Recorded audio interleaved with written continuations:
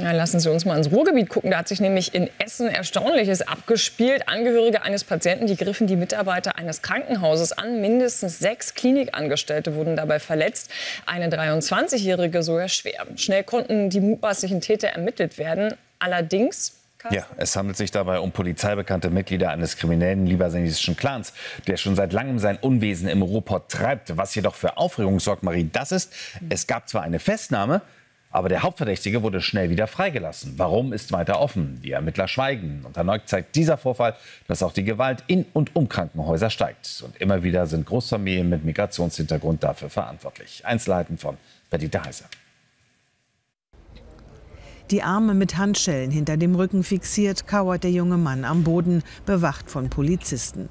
Er war vom Rettungsdienst hier in Berlin ins Krankenhaus am Nordgraben eingeliefert worden, doch er wird laut. Sicherheitskräfte verweisen ihn daraufhin der Klinik. Vor der Tür trifft er einen Freund. Beide werden wütend. Plötzlich zieht der Patient ein Messer und geht damit auf die Rettungssanitäter der Feuerwehr los. Augenzeugen berichten, wie er mehrmals versucht zuzustechen. Zum Glück können sie den Stichen ausweichen, werden in dem Gerangel nur leicht verletzt. Gemeinsam gelingt es ihnen, den Täter zu überwältigen. Die Tat reiht sich ein in die steigende Zahl gewaltsamer Übergriffe in Krankenhäusern. Wir wissen auch aus einer Befragung von Krankenhäusern, dass gut 3/4 der Krankenhäuser sagen, Gewalt in den Notaufnahmen, aber auch im Krankenhaus von Seiten Patienten oder Angehörigen hat zugenommen.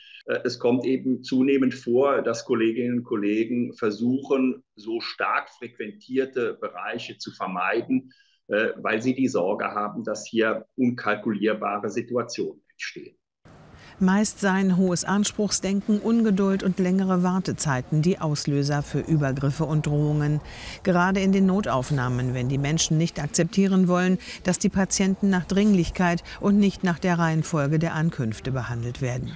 In anderen Fällen, wie am Freitag hier in Essen, wollen Hinterbliebene nicht wahrhaben, dass die Ärzte ihren Angehörigen nicht mehr helfen konnten.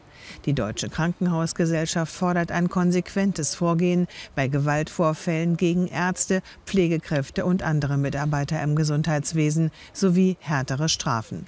Die Bundesregierung prüft bereits eine entsprechende Gesetzesänderung. Darüber hinaus setzen Krankenhäuser schon jetzt auf Deeskalationstrainings, Zutrittsbeschränkungen, Videoüberwachung und Sicherheitsdienste.